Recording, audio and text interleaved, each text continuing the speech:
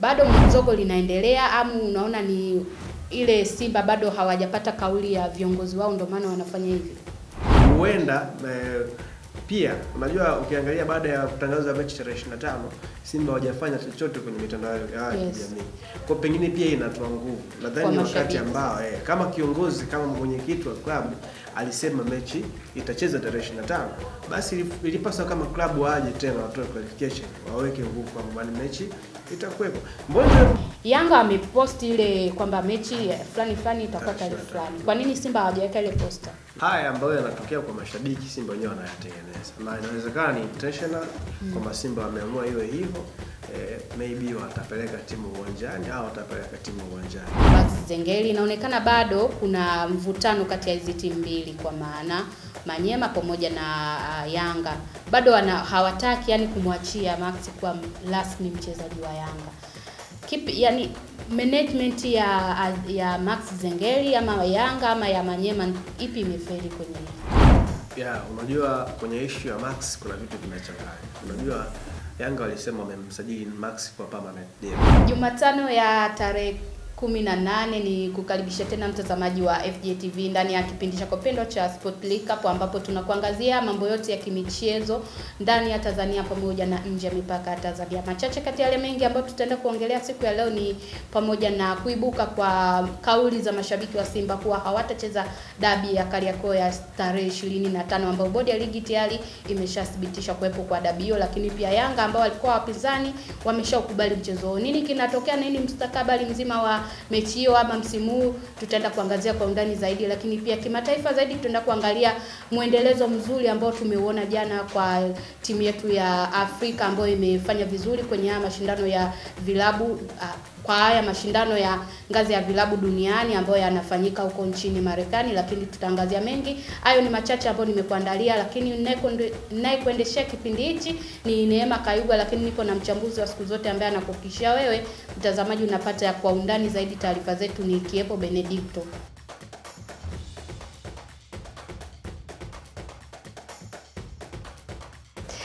Yes, tumerejea tena mtazamaji wa FJTV na kipindi leo ni Sport League Cup. Kama ndio kwanza unafungulia TV yako, lakini pia tunatazama taarifa mbalimbali za kimichezo, na kwa kwanza kuelekea kwenye Kariakoo Derby, lakini kuelekea kwenye mwisho wa msimu. Tunavyojua leo ni mzunguko wa 29 unaenda kuchezwa mechi zote, na baadhi ya mashabiki wanasafiri kwenda kusupport timu zao. Imeonekana jana baadhi ya mashabiki wa Simba wakiwa njiani, kuna kauli wamezitoa kwamba hawatashiriki tarehe 25 ambapo ni dabi ya Kariakoo. Bado mzogo linaendelea au unaona ni ile Simba bado hawajapata kauli ya viongozi wao ndio maana wanafanya hivi? Wewe unatamani dabi icheze? Unajua hatutapata bingwa bila kumalizika kwa mechi zote. Tu.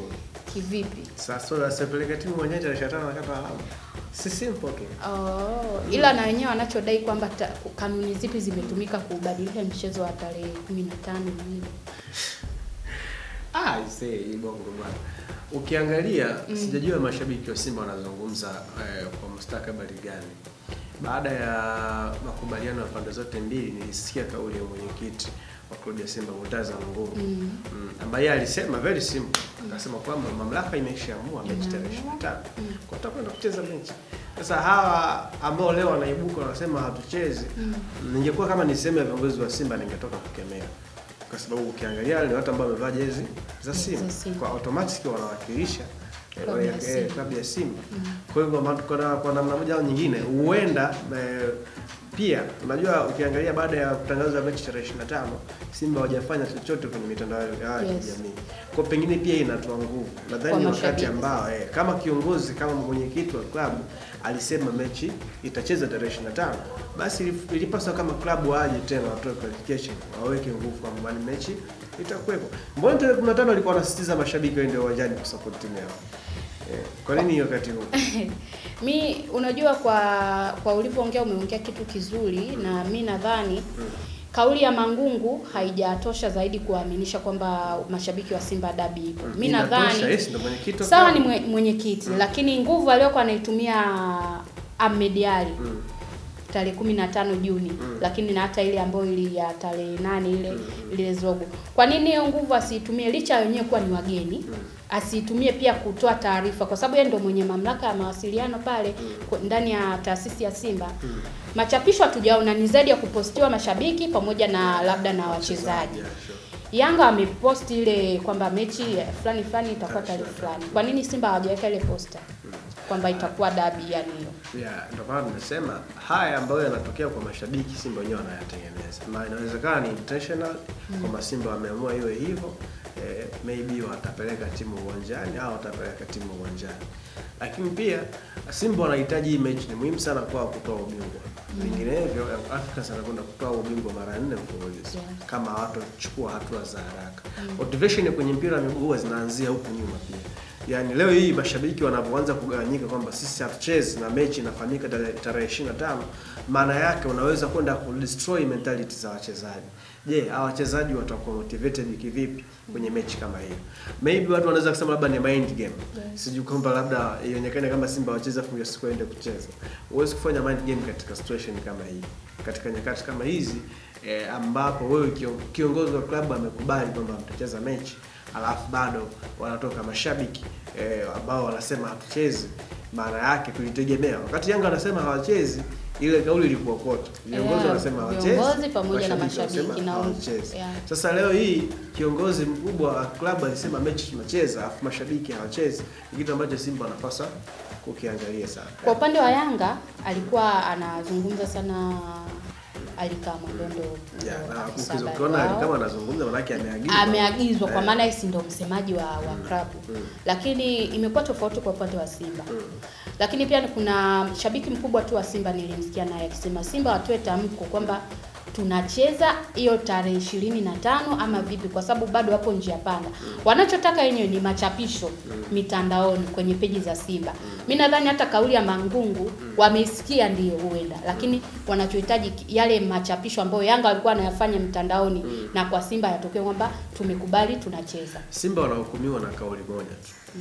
Walisema wao mchezo ambao utakuwa nje ya tarehe 15 kwao ni batili na hawatautambua mchezo huo. Sawa Yaani hilo ndo statement ambayo inawahukumu mpaka kwa sasa.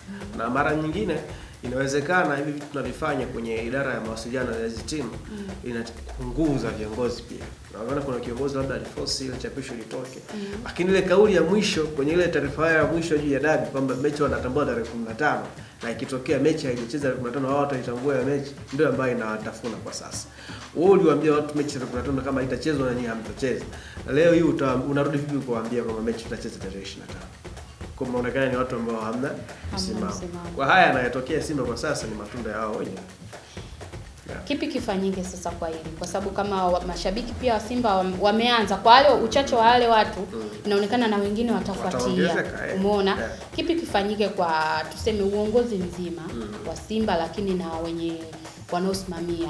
Yaani kifanyike kipi ili kuzuia ile zogo kuelekea tarehe 25 ambayo tayari imeshawekwa, ni hakuna tarehe yote ambayo itapangwa zaidi ya hiyo? Inawezekana kapangwa nyingine. Usisahau kwamba bodi imeshajiuzuru tayari. Wakati huo tarehe 22 tunatamatisha ligi, lakini huu mchezo ni unakuwa wa mwisho kwao. Wewe unajua mpira wetu tunashirikana basi. Nakumbuka tunajitahidi tuwae michuano ya jana, tuache viwanja vikiwa open pia kwa ajili ya michuano ya jana. Kwa mimi ninaamini kwa Simba anaweza kulimudu hili. Hili ni jepesi sana. Kwamba kuamudu wa mashabiki. Kuamudu mashabiki. Kwa sababu kama management imekubali, Simba wanashindwa. Wanaweza kwenda waende wapeleke timu uwanjani wakacheze mechi. Sasa nataka kwamba bingwa anapatikana uwanjani. Kwa wapeleke timu wacheze mechi, maisha mengine yaendelee, wapange plani za msimu mkuu.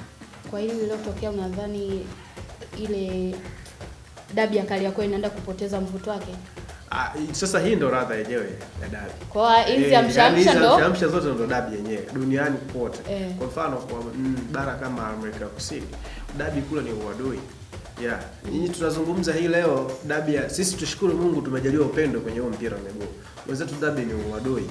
Wenzetu dabi inapochezwa kunakuwa na ulinzi mkubwa kweli, kwani wanaogopa watu wanaweza hata kuumizana kwa sababu ya dabi. Wenzetu dabi, sisi leo tunasema dabi ya Kariakoo tunashare mtaa mmoja, maisha mengine yanaendelea. Yes. Wenzetu dabi inapokaribia dabi mitaa ile mtu wa aina fulani hawezi kupita katika wewe huko. Sio maana. Lakini sisi tunashukuru Mungu tumeset standard ya upendo kwenye mpira wa miguu. Kwa hizi unazoziona hizi neema ndo dabi yenyewe. Kwa hiyo hadi hizi tutakifanya mwisho siku sisi tunataka tuna mechi ichezwe. Yes. Kwa amalizani wafanye nini? Afu mechi ipigwe. Yeah. Mtazamaji wa FJTV lakini pia mfuatiliaji wa kipindi cha Sport League Cup, unaweza ukatoa maoni yako. Je, unadhani hii migogoro ama haya mambo ambayo yanatokea kwenye hili dabi ya Kariakoo yanaleta mvuto ama ndio yanaenda kutuharibia mvuto wa dabi ya Kariakoo kwa upande wa barani Afrika? Tukiachana na taarifa ya Simba na Yanga ambayo ina mambo mengi sana, tuelekee kwa mchezaji wa Yanga ambaye alitokea Manyema FC, Max Zengeli. Inaonekana bado kuna mvutano kati ya hizi timu mbili, kwa maana Manyema pamoja na Yanga bado hawataki yani kumwachia Max kuwa rasmi mchezaji wa Yanga. Kipi yani management ya Max Zengeli ama Yanga ama ya Manyema ipi imefeli kwenye hili? Yeah, unajua kwenye issue ya Max kuna vitu vinachanganya. Unajua Yanga walisema wamemsajili Max kwa permanent deal. Ya miaka miwili nadhani. Kwa mkataba unaisha au msimu unaisha miaka miwili. Walisema ni permanent deal. Lakini behind kumbe ilikuwa ni loan deal kutoka Manyema. Kwa taarifa kwa mujibu wa Manyema. Yes. Yeah, wao walimtoa kwa loan deal ya miaka miwili. Na kwa sasa ilivyokuwa Manyema walikuwa wanataka kufanya biashara kubwa kupitia Max Zengeli. Sasa walivyoonyesha interest baadhi ya vilabu, kwa mfano South Africa wanaonyesha interest, baadhi Morocco kuna timu pia zinamhitaji Max. Wanachokifanya Manyema ni kutaka kupiga pesa ndefu katika ushabiki. Ndio maana Yanga wameapproach kupata tena 2 years loan deal. Taarifa zinasema Manyema wamekataa. Wakitaka wamchukue kwa permanent deal. Na kitaka kwa permanent deal maana yake waende sokoni wakashindana na timu kutoka mataifa mengine ambao wanahitaji huduma ya Max Zengeli. Kwa hiyo ni taarifa ambayo wakati mashabiki wa Yanga pia wanaambiwa Max tayari ameshaongeza mkataba, lakini huku kwenye uhalisia still bado kuna huo mvutano. Na wakileta masiara wanaweza wakamkosa kwa sababu mchezaji anacheza mpira na kimsingi taarifa zilizopo kambi ya Max Zengeli na Max mwenyewe wapo tayari kuondoka au kubaki Yanga. Kwa hakuna kipingamizi chochote. Ukitokea kama kuna ofa ya kuondoka ataondoka. Ukitokea Yanga akiweza kumwini kumbakisha atabaki. Max ni mchezaji muhimu ndani ya Yanga. Na wakati mwingine hapa viongozi pia wajifunze kwenye hizi deals. Na natamani sana huko Afrika imekuwa ngumu Unajua huko Afrika mtu anaona aibu akisema mchezaji tunaye kwa mkopo. Yaani leo kuna mchezaji ukimchukua kwa mkopo, mtu anaona aibu. Haina swala kuwa na aibu. Loan deal wanafanya mataifa wachezaji wakubwa huko tunaona. Joao Cancelo alitoka Man City akaenda Bayern Munich. Alikwenda kwa loan deal. Alitoka Bayern Munich akaenda FC Barcelona, alienda kwa loan deal. Watu wanafanya hizo deal kwenye mpira wa miguu duniani. Na sio kama mchezaji mbovu, ni mkubwa na muhimu kwenye kikosi. Watu wanafanya hivyo. Lakini sisi leo mchezaji anafanya vizuri. Of course kwa FC Manyema kwa status ya Max wakati ule alipotaka timu ambayo itamtroduce kwenye mpira wa Afrika. Na Yanga wamefanikiwa na target pia ya Manyema kwenye biashara ya Max. Imefanikiwa, amejiuza vizuri barani Afrika. Sasa issue inapokuja ni Yanga sasa. Ukubwa Max umeshakuwa na nyinyi mmemsaidia kukua, mtaweza kumshikilia, ndio hapo palipo pana ugumu. Ndio maana wao wanakuja chini, wakae chini wa approach tena wapate loan deal ambao Manyema wamekataa kwa sababu na wanadhani mkataba na Max unaenda ukingoni kati ya Manyema na wao. Haina miaka mingi ambayo utaishakuwa wanataka kufanye wamuuze moja kwa moja ili wapate pesa nzuri. Kwa hiyo naamini Yanga hawezi kushindwa. Wamekaa na Max muda mrefu. Pengine Max pia amezoea mazingira ya Tanzania vizuri. Unajua tena wachezaji wa Kongo na Tanzania wanapenda sana mazingira ya Tanzania. Kwa mimi naamini wanaweza wakamshawishi akasalia. Kwa kiwango ambacho amekionyesha Max Zengeli akiwa ndani ya Yanga, bado tunamhitaji sana akibaki ndani ya Yanga au kwenye ligi yetu ya Tanzania. Anahitajika sana kwenye klabu ya Yanga. Kupoteza Max kirahisi ni ngumu sana kupata mchezaji ambaye utatamani aingie kwenye mfumo na kukupa kile ambacho Max alikuwa anakupa. Kwa ninaamini Yanga wao wanafahamu umuhimu wa Max ndani ndani ya klabu ya Yanga. Wachezaji wa Kongo uzuri wake sio wachezaji wa Kongo. Wengi sana wa kigeni wakijaga hapa Tanzania. Wanadoea. Jana nimeambiwa na mtu kwamba Mtibwa wako mbioni kumsajili Jean Baleke. Sasa unajiuliza kwa status ya Baleke pengine angepata timu bora zaidi nje ya Tanzania. Lakini kakubali kusalia acheze Mtibwa Sugar. So kwa sababu gani? Kwa sababu ya mazingira ambayo yapo Tanzania ni kitu ambacho anakifurahia. Ilikuja wakati Sedo alicheza Geita. Kwa sababu ya mazingira ambayo yapo mtu anaenjoy kucheza hapa Tanzania. Kwa nadhani kwa namna ambavyo tumeset standard ya kwa treat wageni hapa nchini, nadhani wanaweza kumshawishi akasalia. Max Zengeli Yanga wakimshawishi vizuri anaweza kusalia, ni maneno yake Kepo Benedicto ambaye amekuelezea taarifa hiyo kwa undani. Lakini wewe mtazamaji pia una uwezo wa kutoa maoni yako kupitia kurasa zetu mbalimbali za kijamii kuhusiana na taarifa ya Yanga na Manyema FC pamoja na mchezaji wao Max pia Zengeli. Taarifa ya Max inatupeleka mapumziko mafupi, tukirejea ni taarifa za kimataifa zaidi ambapo tutaangazia timu zetu za Afrika zinazoshiriki kombe la dunia kwa ngazi ya vilabu.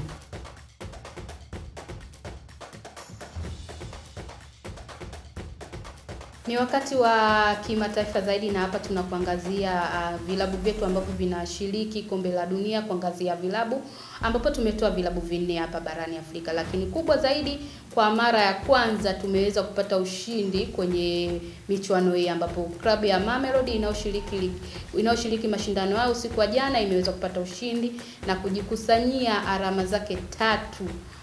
Kwa unajua ule mchezo wa jana nilivyoangalia nikasema Mamelodi kuna kitu kidogo anakionyesha, nadhani ni kutokana na hii timu ambayo amekutana nayo ambayo inatokea South Korea, kitu kama hicho.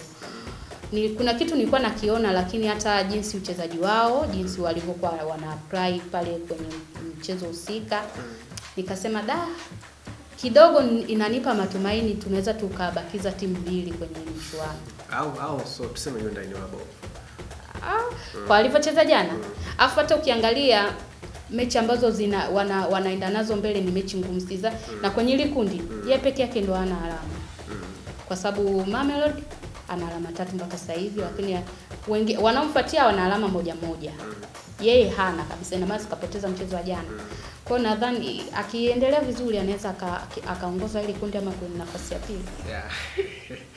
Kwa ushindi wa jana tukianzia kwa mechi ya jana pamoja na mchezaji ambaye kafunga mabao 3, 2 yamekataliwa. Ilikuwa ni mechi nzuri sana, mechi ambayo ukiondoa kufunga Hyundai ambao watu wanasema ni wanajua mpira wapi bwana wale wazee wa kuigiza. Unajua kwenye mabara wenzetu, kwenye nchi za wenzetu, at least sisi huku kidogo mpira unaendelea. Lakini kuna mabara wenzetu mpira wanacheza kwa sababu tu wanacheza. Lakini huwezi kusifu ubora ambao walikuwa wapo nao katika mchezo husika. Mamelodi Sundowns wanakupa moyo. Ndio mara mimi nilisema katika hizi timu 4 za Afrika kuna timu 2 tu mimi nao hakika nazo. Na hizo timu ni Al Ahly pamoja na Mamelodi Sundowns. Hawa wanaweza kutoa kitu. Hawa wengine wawili kwa maana ya ES Tunis pamoja na Wydad sina uhakika nao kwa sababu ya aina wachezaji ama kikosi. Kwa mfano Wydad nilishasema kikosi chao wamefanya sajili za wachezaji wengi sana katika kipindi cha mashindano. Kwa utahitaji chemistry na vitu vingine kama hivyo. Na uzoefu pia wa wachezaji kuzingatia. ES Tunis tunafahamu walikuwa wana msimu mzuri hata kwenye michuano ya Champions League Cup hawako na msimu mzuri msimu huu. Kwa hiyo ninafahamu kwa namna moja au nyingine, na mchezo wa kwanza dhidi ya Flamengo wamepoteza 2-0. Kwa hiyo nilikuwa najaribu kutazama nini ambacho kitafuata kwa timu kama Mamelodi. Ni mwanzo mzuri kushinda 1-0. Ukitazama na jinsi hali ilivyo, mechi inayofuata na wanakwenda kucheza na Borussia Dortmund. Mechi tarehe 20. Dortmund nice, kuna namna alimbana mtu. Kuna namna ambavyo alimbana mtu. Ukiangalia namna ambavyo napenda mentality ya wachezaji wa Mamelodi. Angalia hata Ronald Williams alichokifanya katika mechi, alifanya kazi bora sana eneo la goli, akaondoka na clean sheet. Ni kitu ambacho ni kigumu pia kwa baadhi ya magolikipa. Mpaka sasa tunazungumza ni magolikipa wawili tu ambao wanaondoka na clean sheet kutoka Afrika. El Shaarawy kwenye sare ya 0-0 mbele ya Inter Miami na jana Ronald Williams katika ushindi wa 1-0 mbele ya Hyundai. Kwa mimi ninaamini huu ni mwanzo mzuri kwao. Mamelodi wanaweza kutuonyesha kitu, na of course Afrika tutapata sehemu ya kujivunia. Kwa jana ukiangalia pia ule mchezo, lakini inatupa taswira kwamba tunahitaji maandalizi ya kutosha kwenye masuala ya uwekezaji. So uwekezaji tu yani wa kufumua kikosi kizima, lakini uwekezaji ambao utatupa nguvu za kwenda kushindana. Ukiangalia hata kwenye kundi ambalo yupo Mamelodi, ana Dortmund yumo ndani, ambao tunajua ligi anayotoka ni ngumu. Lakini kuna timu ya Brazil Nice ambayo imecheza na Dortmund wakatoka na wenyewe bila kufungana. Ni timu ambazo naona pia zitapa ugumu tofauti na hii ambayo kapata ushindi jana. Mchezo unaofuatia ni Wydad anaenda kucheza hivi leo, anacheza na Man City. Tuseme kama yani tusiji tuweke kwenye taswira gani, ni kutokana na kikosi ambacho ameenda nacho, lakini ugeni wa wachezaji wanahitaji chemistry kama ulivyosema. Yani kiujumla Wydad Casablanca kwenye mashindano pamoja na kundi ambalo yuko, kuna vigogo. Unamuona wapi tukianza kwenye mchezo wa hivi leo? Taja hizi timu nne, hizi timu nne za Afrika. Al Ahly, Stones, Mamelodi na Wydad. Wao ndo wana bahati mbaya Wydad. Kwa sababu opening game unakwenda kucheza na Manchester City, ambao pia nao wanahitaji kufanya vizuri. Na Man City wanahitaji sana kufanya vizuri. Sasa ku retain ile kile ambacho walikifanya wakiwa na wakati bora. Tunazungumza msimu mmoja nyuma walikuwa wametoa hitaji. Kwa hiyo wanafahamu kile ambacho wanakwenda kufanya exactly. Kwa Man City jinsi walivyo kwa sasa hivi, ukiangalia Pepe amejitahidi anatengeneza ile ni project ambayo inakwenda kuanza upya. Lakini hata ukizungumza kwenye status tu ya mpira wa miguu, hawa Man City at least leo wangecheza na timu kama Al Ahly au Mamelodi, nina uhakika at least hata kama wangeshinda, lakini at least kuna hali fulani hivi ya ushindani. Lakini hawa Wydad siwezi yani watasema kama na wakosea heshima, lakini hapana. Angalia toka wametoka kwenye ligi yao ya Morocco, wamekuwa wana matokeo mazuri mbele ya timu kama RS Berkane, FAR Rabat, wameshindwa kufanya vizuri mbele yao. Maana yake unapata wakati mgumu sana kuamini kwamba Wydad anaweza kutoa upinzani mkubwa mbele ya Manchester City. Kwa hiyo wakati mwingine unaweza kusema tunawashinda mpira wa miguu, lakini unarudi unakumbuka kwamba no, hawa ni Manchester City ambayo inaundwa na baadhi ya nyota wakubwa kwenye mpira wa miguu. Kwa hiyo unataja Manchester City ambayo kwa sasa hivi msimu uliopita wamepoteza kila kitu wamepoteza. Kwa hiyo wanahitaji sehemu ambayo wanaweza kuanza msimu mpya. Na nikwambie timu nyingi za Ulaya haya mashindano wanatumia kama sehemu pia pre-season. Wanatumia kama sehemu pre-season. Ndio maana ukiangalia kuna timu nyingi zimekuja kwanza na makocha wapya, wachezaji wapya ambao wamesajiliwa.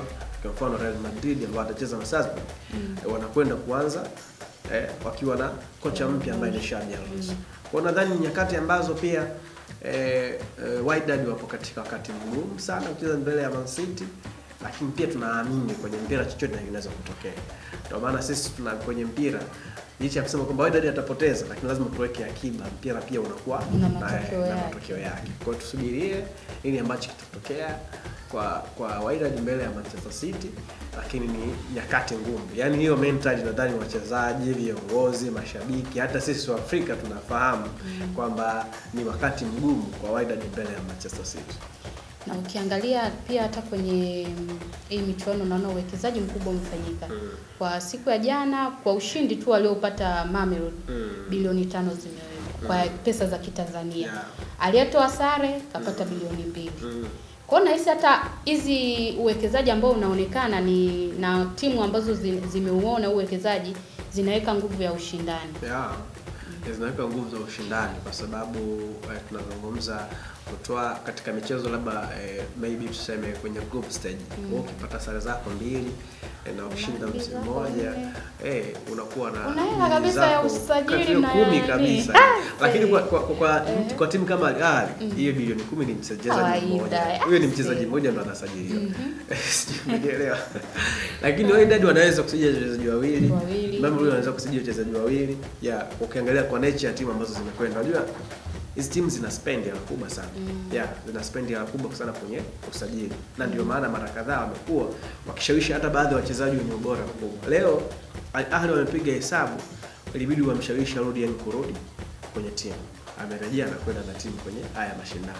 Kwa hiyo naamini wanatumia nguvu kubwa sana kuhakikisha na vile ambavyo wanakifanya. Na ni tuache uongo. Yaani kile ambacho tunakiona kwenye hizi timu ni uwekezaji. Leo Mamelodi tunamsifu ni uwekezaji. Angalia nature ya kikosi ambacho kinaundwa na wachezaji ambao kwa wengi ni wachezaji ambao wa viwango vya hali ya juu sana, ambao wamechagua kukaa Mamelodi sio kwa sababu ya Mamelodi Sundowns, ni kwa sababu ya uwekezaji. Na project naamini ni kitu ambacho pia hata vilabu vingine vinaweza watu wakunjue mifuko. Leo mchezaji tu mezani milioni 700 tajiri anaogopa kulipa. Sasa utaweza kweli kucompete na baadhi ya watu kwenye usajili? Kwa mwisho siku tutakuwa tunaona wachezaji wazuri hao wote tu wanaenda kwa vilabu ambavyo vinawekeza. Ili hamtaki kunjua mifuko. Kwa lazima utapitia wakati mgumu. Kwa mimi naamini pia kuna darasa hapo la kulipata kwa wawekezaji pia, kwamba ukitaka matokeo, ukitaka timu bora inayoshindana, kunjua mfuko.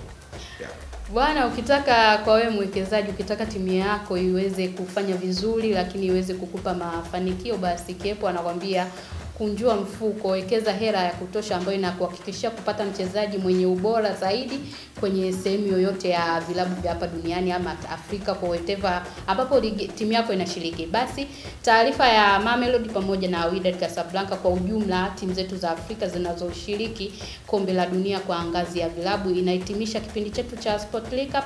Tukutane wakati mwingine. Niliyekuendeshea kipindi hichi ni Neema Kayugo, lakini nilikuwa na mchambuzi wangu ambaye amekupa kwa undani taarifa zote kuanzia kimataifa pamoja na kitaifa, ambapo tumeangazia mambo mengi, ambaye ni Kepo Benedict. Wakati mwingine tukutane, endelea kufuatilia FJ TV kwa taarifa zingine zinazoendelea.